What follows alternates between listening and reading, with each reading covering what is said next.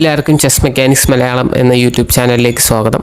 ഇന്ന് നമ്മൾ ഓരോ പീസിൻ്റെയും മൂവ്സ് ആണ് നോക്കാൻ പോകുന്നത്. അപ്പോൾ ആദ്യമായിട്ട് റൂക്കിനെ കുറിച്ചാണ് നോക്കാൻ പോകുന്നത്. റൂക്ക് സ്ട്രെയിറ്റ് ആയിട്ടാണ് മൂവ് ചെയ്യുന്നത്, അതായത് വെർട്ടിക്കലായിട്ടും ഹൊറിസോണ്ടലായിട്ടും മൂവ് ചെയ്യും. ഉദാഹരണത്തിനായി നിങ്ങളൊരു പ്ലസിൻ്റെ സിമ്പിൾ ആലോചിക്കുക, ആ രീതിയിലാണ് റൂക്ക് മൂവ് ചെയ്യുന്നത്. അതായത് റൂക്കിന് ഹൊറിസോണ്ടലായിട്ടും വെർട്ടിക്കലായിട്ടും മൂവ് ചെയ്യാൻ പറ്റും, ഒരു പ്ലസ് എന്ന രീതിയിൽ. അടുത്ത് ബിഷപ്പിനെ കുറിച്ചാണ് നോക്കാൻ പോകുന്നത്. ബിഷപ്പിന് ചെസ്സിൽ ഡയഗണലായിട്ടാണ് മൂവ് ചെയ്യാൻ പറ്റുന്നത്. അതായത് നിങ്ങൾ ഇംഗ്ലീഷ് ആൽഫബറ്റിൽ എക്സ് എന്ന ലെറ്റർ ആലോചിക്കുക, അതേപോലെ ക്രോസ് ആയിട്ടാണ് ബിഷപ്പ് മൂവ് ചെയ്യുന്നത്. അതായത് ഈ ബിഷപ്പ് ഡയഗണലായിട്ട് മൂവ് ചെയ്യുകയും ഒരു എക്സ് എന്ന രീതിയിൽ മൂവ് ചെയ്യാനും സാധിക്കുന്നതാണ്. ഇനി നമ്മൾ ചെസ്സിൽ മോസ്റ്റ് പവർഫുൾ പീസായ ക്യൂവിനെ കുറിച്ചാണ് നോക്കാൻ പോകുന്നത്. ക്യൂവിന് ബിഷപ്പ് മൂവ് ചെയ്യുന്നത് പോലെയും റൂക്ക് മൂവ് ചെയ്യുന്നത് പോലെയും മൂവ് ചെയ്യാൻ പറ്റും. അതായത് റൂക്ക് മൂവ് ചെയ്യുന്നത് പോലെ ഹൊറിസോണ്ടലായിട്ടും വെർട്ടിക്കലായിട്ടും മൂവ് ചെയ്യാൻ പറ്റും. അതുപോലെ തന്നെ ബിഷപ്പ് മൂവ് ചെയ്യുന്നത് പോലെ ഡയഗണലായിട്ടും മൂവ് ചെയ്യാൻ പറ്റും. ഇനി നമ്മൾ നൈറ്റിനെ കുറിച്ചാണ് നോക്കാൻ പോകുന്നത്. നൈറ്റ് ഇംഗ്ലീഷ് ആൽഫബറ്റിലെ എൽ എന്ന അക്ഷരത്തിനെ പോലെയാണ് മൂവ് ചെയ്യുന്നത്.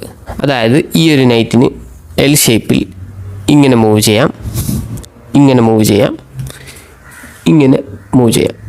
നൈറ്റിന് ചെസ് ബോർഡിൻ്റെ സെൻറ്ററിൽ ഇരുന്നുകൊണ്ട് 8 സ്ക്വയർസ് കൺട്രോൾ ചെയ്യാൻ പറ്റും. അതായത് ഞാൻ ഈ തൊട്ട് കാണിക്കുന്ന സ്ക്വയർസിനെല്ലാം നൈറ്റിന് കൺട്രോൾ ചെയ്യാൻ പറ്റും.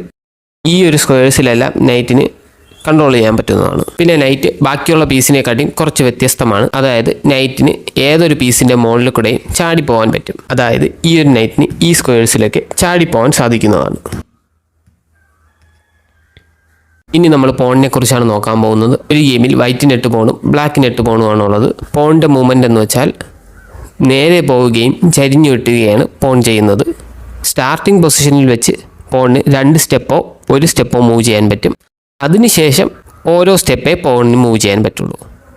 അതായത് ഇപ്പം നിങ്ങൾ 2 സ്റ്റെപ്പ് നീങ്ങിയാൽ അതിനുശേഷമുള്ള പോൺ മൂവ്സുകൾ ഓരോ സ്റ്റെപ്പായിട്ടേ മൂവ് ചെയ്യാൻ പറ്റുള്ളൂ. 1 സ്റ്റെപ്പ് നീങ്ങിയാലും അതിനുശേഷമുള്ള പോൺ മൂവ്സും ഓരോ സ്റ്റെപ്പായിട്ടേ മൂവ് ചെയ്യാൻ പറ്റുള്ളൂ. പോണിന് മുന്നിലോട്ട് മാത്രമേ മൂവ് ചെയ്യാൻ പറ്റുള്ളൂ, ഒരിക്കലും പുറകിലോട്ട് മൂവ് ചെയ്യാൻ പറ്റില്ല. ഇനി പോൺ എങ്ങനെ ഒപ്പോണൻറ്റിൻ്റെ പീസിനെ ക്യാപ്ചർ ചെയ്യുന്നെന്ന് നോക്കിയാൽ ഈ ഒരു പൊസിഷനിൽ വൈറ്റിൻ്റെ പോണിന് ബ്ലാക്കിൻ്റെ പോണിനെ ക്യാപ്ചർ ചെയ്യാൻ പറ്റും. വൈറ്റിൻ്റെ പോണിന് ക്യാപ്ചർ ചെയ്യാതെ മുന്നിലോട്ട് മൂവ് ചെയ്യാനും പറ്റും. അതായത് ക്യാപ്ചർ ചെയ്യുന്നെങ്കിൽ വൈറ്റിൻ്റെ പോണിന് ഇങ്ങനെ ക്യാപ്ചർ ചെയ്യാം. ഇപ്പോൾ വൈറ്റിൻ്റെ പോണിന് ക്യാപ്ചർ ചെയ്യാതെ മൂവ് ചെയ്യാനും പറ്റും. ഇപ്പോൾ വൈറ്റിൻ്റെ മുന്നിലുള്ള സ്ക്വയറിൽ ഒപ്പോണൻറ്റിൻ്റെ ഒരു പീസ് ഇരിക്കുകയാണെങ്കിലോ അല്ലെങ്കിൽ നമ്മളെ ഒരു പീസ് ഇരിക്കുകയാണെങ്കിൽ ഇനി ആ പീസ് മാറുന്നെങ്കിൽ മാത്രമേ നമുക്ക് ആ പോൺ മുന്നിലോട്ട് മൂവ് ചെയ്യാൻ പറ്റുള്ളൂ. ഇനി ഒരു പോണ് മൂവ് ചെയ്ത് 8th റാങ്കിലെത്തി.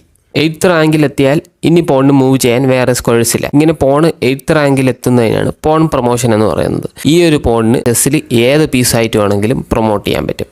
റൂക്കായിട്ടോ നൈറ്റായിട്ടോ ബിഷപ്പായിട്ടോ ക്യൂനായിട്ടോ പ്രൊമോട്ട് ചെയ്യാൻ പറ്റും. ഇനി നമ്മൾ അവസാനമായി കിങ്ങിനെ കുറിച്ചാണ് നോക്കാൻ പോകുന്നത്. കിങ്ങിനെ ചെക്ക്മേറ്റ് ആക്കുമ്പോഴാണ് ഒരു കളി ജയിക്കാൻ പറ്റുന്നത്. ഈ ഒരു കിങ്ങിൻ്റെ മൂവ്സ് നമുക്ക് നോക്കാം. കിങ്ങിന് ചുറ്റുമുള്ള എല്ലാ സ്ക്വയർസിലും പോകാൻ പറ്റും. അതായത് കിങ്ങിന് ചുറ്റും ഒരു സ്ക്വയർ വരയ്ക്കുകയാണെങ്കിൽ ഈ ഒരു സ്ക്വയർസിലല്ല കിങ്ങിന് മൂവ് ചെയ്യാൻ പറ്റും. കിങ്ങിന് ഈ സ്ക്വയറിൽ ഇരുന്നുകൊണ്ട് ഇങ്ങനെയൊക്കെ മൂവ് ചെയ്യാൻ പറ്റും. അഡ്ജസ്റ്റൻ്റ് ആയിട്ടുള്ള എല്ലാ സ്ക്വയർസിലും കിങ്ങിന് മൂവ് ചെയ്യാൻ പറ്റും. പിന്നെ ചെസ്സിൽ ക്യാപ്ചർ ചെയ്യാൻ പറ്റാത്ത ഒരേ ഒരു പീസേ ഉള്ളൂ, അതാണ് കിങ്. അതുകൊണ്ട് കിങ്ങിനെ ചെക്ക്മേറ്റ് ആക്കാൻ മാത്രമേ നമുക്ക് സാധിക്കുകയുള്ളൂ. അങ്ങനെ കിങ്ങിനെ ചെക്ക്മേറ്റ് ആക്കിക്കൊണ്ട് നമുക്ക് ഓരോ ഗെയിംസും ജയിക്കാനായിട്ട് സാധിക്കും. പിന്നെ അടുത്തൊരു കാര്യം എന്ന് വെച്ചാൽ കിങ്ങും അടുത്ത് വരില്ല. ഈ ഒരു കാര്യം നിങ്ങൾ പ്രത്യേകം ശ്രദ്ധിക്കണം. ഇന്നത്തെ വീഡിയോയിൽ നമ്മൾ ചെസ്സിൽ ഓരോ പീസിൻ്റെയും മൂവ്സാണ് നോക്കിയത്. അപ്പോൾ നിങ്ങൾക്ക് ചെസ്സിൽ ഓരോ പീസിൻ്റെയും മൂവ്സ് മനസ്സിലായി കാണുമല്ലോ. ഇനി നിങ്ങൾക്ക് എന്തെങ്കിലും സംശയം ഉണ്ടെങ്കിൽ കമൻറ്റ് ചെയ്യുക, ഞാൻ അതിനൊക്കെ റിപ്ലൈ തരുന്നതായിരിക്കും. അപ്പോൾ നിങ്ങൾ ചെസ് ഇംപ്രൂവ് ചെയ്യാൻ ആഗ്രഹിക്കുന്നവരാണെങ്കിൽ എൻ്റെ ചാനലൊന്ന് സബ്സ്ക്രൈബ് ചെയ്യുക.